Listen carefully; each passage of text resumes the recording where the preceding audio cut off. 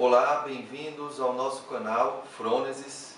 Nós estamos aqui para dar continuidade, né, a mais uma discussão, um bate-papo, né, sobre educação e novas tecnologias, né, nesse momento que nós estamos aqui com o professor Liécio Pinheiro, né, e nessa discussão nós vamos abordar aí temas relativos, né, à importância, à pertinência das novas tecnologias no desenvolvimento humano, em particular no desenvolvimento infantil. Então eu sou o Marcelo Ribeiro, né, e a grande questão, né, desse nosso momento aqui, como o norteador dessa discussão, é saber, né, até que ponto as novas tecnologias, nos seus múltiplos sentidos, as novas tecnologias são prejudiciais ao desenvolvimento, né? A nova tecnologia é o vilão, né, do desenvolvimento, ou a nova tecnologia ela contribui com a potencialização das capacidades humanas, né? Ela faz bem, faz mal, até que ponto?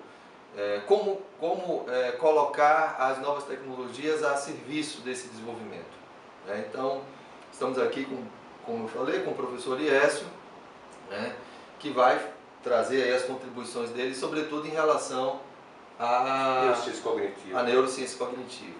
Liécio, então, acho que a gente poderia começar, né, falando um pouquinho aí da tua visão em relação a isso. Eu acho que no primeiro momento que a gente precisa fazer essa discussão, lógico que isso aqui é uma discussão informal, mas de extrema significância, né, para a área do desenvolvimento. Não é? Eu acho que o primeiro momento seria a possibilidade de começar a discutir o que nós chamamos de novas tecnologias, né? O que nós entendemos por novas tecnologias e como isso pode ser aplicado não só na educação com crianças com o seu desenvolvimento normal, mas com crianças também que têm algum tipo de transtorno no seu processo de neurodesenvolvimento. Então, o que nós acreditamos que são novas tecnologias?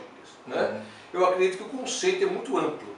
Né? Ele não pode apenas focalizar novas tecnologias como mídias digitais, processos de comunicação. Eu acredito que essas novas tecnologias também têm a ver com processos de aplicabilidade e de desenvolvimento de novas metodologias. Né? Então, de que forma?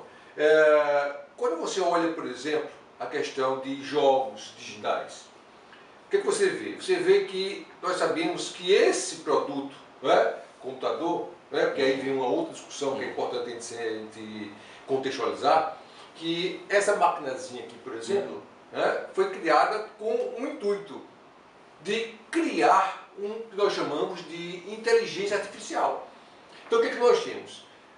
Na década de 50, né, você tem uma ideia, a grande discussão era o que era ciência cognitiva. E quando nós falamos processo de aprendizagem, nós estamos falando de um dos processos dentro da ciência cognitiva. Esse que é um ponto crucial. Né? Então, antes da década de 50, existiam duas grandes linhas de debates. Primeiro, as linhas do psiquismo. Do outro lado, nós tínhamos as linhas, né, da contextualização da mente. Né? Então a grande questão é essa. Mente antes da década de 50 era algo totalmente impalpável, porque o domínio estava sob as teorias do psiquismo. Olha só, tanto que é o quê? O que você tem aí? Você tem a psicanálise surgindo, não surgindo, mas se consolidando, né? E chega um momento que as outras teorias, as teorias humanistas também, mas o que acontece? Quando você falava algo sobre mente, você era até ridicularizado. Por quê? Porque é algo não palpável. Né? As teorias do psiquismo estavam no auge. Bom, em um congresso da década de 50, nos Estados Unidos, começa a surgir alguns termos como ciência cognitiva, alguns termos como inteligência artificial, começa a ser discutido. Por quê? Porque nesse congresso começa a discussão da possibilidade, e é um congresso não só para psicólogos, congresso para linguistas, matemáticos, né? A possibilidade de criar uma máquina, né, que reproduzisse a mente humana. E aí nós começamos com o desenvolvimento da neurociência a ter algo mais palpável. Porque, Marcelo, quando nós colocamos assim, o que é mente? O que é mente? Como é que nós podemos dizer a mente? O que é a mente? Nós sabemos que a mente é o quê? É produto das sinapses. Ou seja, todos aqueles processos que ocorrem nas sinapses. Então, por exemplo, quando você olha para uma letra, você está usando o quê? Toda a processo de atenção, percepção, memória. Ora, isso nada mais é que é produzido pelo que está no entorno daquela estrutura, chamada cérebro, que começa a produzir esses efeitos que nós necessitamos. E começamos a dar sentido. Você vê o que é a psicologia da Gestalt? A psicologia da Gestalt é extremamente respeitável no meio das neurociências. Então começa o quê? Lógico que eu estou fazendo uma contextualização histórica para poder conseguir dar um norte da nossa discussão. Então o que acontece? A ideia é criar um mecanismo que pudesse reproduzir essa mente, que foi chamado de inteligência artificial. Lógico, nós não conseguimos. Você pega uma máquina, você sabe que essa máquina não consegue produzir o efeito que o nosso pensamento produz. Que o nosso pensamento funciona como? Com um processo de combinação de conceitos gerando novos conceitos. Uma máquina não consegue fazer isso.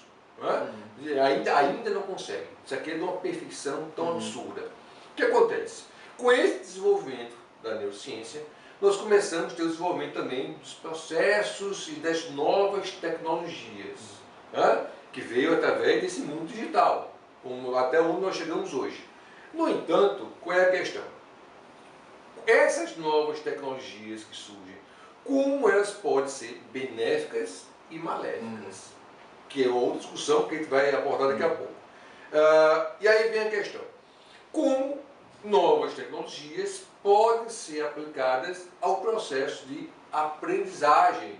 Quando eu falo aprendizagem, de um modo mais amplo, desses processos cognitivos que são gerados através dessa mente, dessas sinapses. Bom, a partir desse momento, nós temos o quê? Nós temos a geração de uma série de conteúdos. Por exemplo, memória.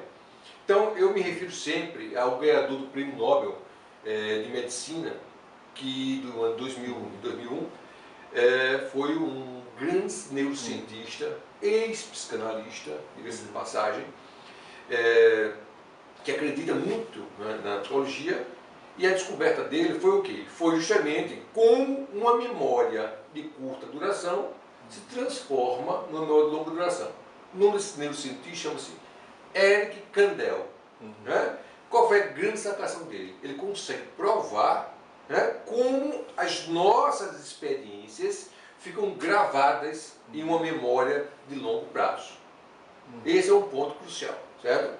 Bom, trazendo para a questão das tecnologias, das novas tecnologias hoje em dia. Nós sabemos o seguinte: pegue um adolescente que tem, na realidade, uma grande quantidade de horas no computador com uma criança. Até que ponto isso tem um efeito positivo? Nós sabemos que o estímulo dessas novas tecnologias são primordiais para o desenvolvimento. Os jogos digitais, por exemplo, você consegue o quê? Ter um processo de tomada de decisão, você consegue desenvolver as suas funções executivas, você consegue desenvolver memória, percepção, atenção. Inclusive, diversos programas são utilizados com crianças, principalmente crianças com transtorno do desenvolvimento. Mas qual é a questão? A questão é como é que nós conseguimos criar aplicabilidade com essas novas tecnologias. Então, você parte desse entendimento, de que as novas tecnologias não estão apenas relacionadas a esses dispositivos digitais, etc. E eu concordo também, e eu compartilho desse entendimento, principalmente porque eu parto de uma visão da psicologia histórico-cultural, particularmente do grande clássico, da obra do Vygotsky, onde ele coloca essa ideia das novas tecnologias como uma ferramenta, como um instrumento, como uma criação humana que vai mediar a relação desse ser humano com o mundo. Então, todos os instrumentos ou ferramentas, né, que vão estar entre o ser humano e o mundo nessa relação, a gente pode considerar então como uma tecnologia, né? E elas podem se dividir, né, nas tecnologias ou instrumentos ou ferramentas materiais, físicas, né? Desde da utilização do machado, da enxada, né? que são instrumentos bastante antigos e que o homem utiliza na relação especificamente aí com a natureza, né? com o mundo de um modo geral. Então, desde desses instrumentos e ferramentas físicas, né? o machado, a enxada, até o carro, o avião, o computador do ponto de vista físico, né? a caneta, enfim. Mas também nós temos os instrumentos, as ferramentas, e também, por que não, falar de tecnologias que são imateriais, né? são simbólicas, como é o caso, por exemplo, da fala, né? Como é o caso de outros, dos símbolos, dos códigos, né? que nós utilizamos, que são também instrumentos e ferramentas, porque nós nos relacionamos com o mundo mediado por esses instrumentos, por essas ferramentas. O que eu quero destacar é que quando a gente se refere a esse adjetivo, né, novas tecnologias, a gente está se reportando tanto assim, ao instrumento em si, como também a uma forma diferente, né, de se fazer uso, ou mesmo uma forma diferente de conceber, de criar esses instrumentos e essas ferramentas. Por isso que as novas tecnologias... De utilização. E de utilização também. Então, assim, não é só, por exemplo, essa é um instrumento, e digamos que foi criado para escrever, mas que agora a gente utilize isso de uma outra forma. Então, a gente pode dizer que há um sentido novo, uma nova tecnologia. Mas, assim, uma coisa que caracteriza o nosso tempo histórico, né? Nossa contemporaneidade, alguns chamando também de pós-modernidade, é que essas novas tecnologias elas ganham uma outra qualidade, né? Que pelo menos uma boa parte dessas novas tecnologias que vai estar presente na vida da gente, que é a questão dessas novas tecnologias elas terem a qualidade digital, né? E elas terem um impacto muito grande, né? Na comunicação humana, elas terem um impacto muito grande no armazenamento, na organização e sistematização das informações.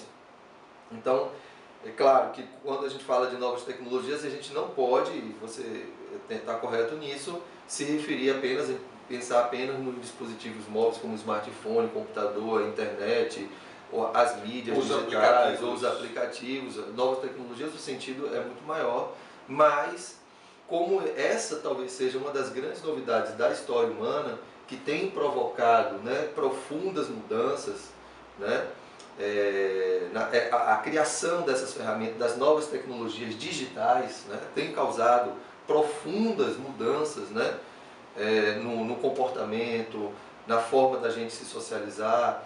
E aí os estudos mais recentes, né, que tentam avaliar, compreender o impacto disso no desenvolvimento humano, né? Há, por exemplo, autores, como é o caso do Pierre Levy, que é um grande defensor, inclusive, né, tem uma visão muito positiva, digamos assim, das novas tecnologias. O Levy, ele coloca que há, inclusive, uma nova cognição, né? Quer dizer, uma nova percepção do ser humano que se desenvolve nesse contexto. Então ele dá um exemplo de que sobre as leituras, né? Ele não sei se dá um exemplo, mas ele discorre um pouco sobre isso. Então, uma coisa é como era o leitor em um mundo analógico e como é o leitor hoje no mundo digital. Quer dizer, como é que as crianças leem, os adolescentes leem, né? A forma deles se relacionarem com a leitura, não a leitura só do texto, mas a leitura do mundo. Então o Levy vai dizer assim, olha, a forma de ler hoje é uma forma mais fragmentada, é uma forma mais, talvez, superficial, né? no que diz respeito aos textos, mas, por outro lado, é uma forma em que os leitores eles conseguem lidar com muitas informações ao mesmo tempo e de uma maneira mais, uma interpretação sintética, né? E lançam mão de outras formas de leitura, como, por exemplo, a imagem, etc., né? E que, no período analógico, a forma de ler era outra. E aí também estudos que buscam entender e conhecer até que ponto, né, o ser humano inserido nesse contexto, né, nesse contexto de desenvolvimento dessas novas tecnologias digitais, até que ponto isso tem, né, provocado mudanças positivas ou negativas, né, nesse desenvolvimento. Isso faz bem, isso não faz?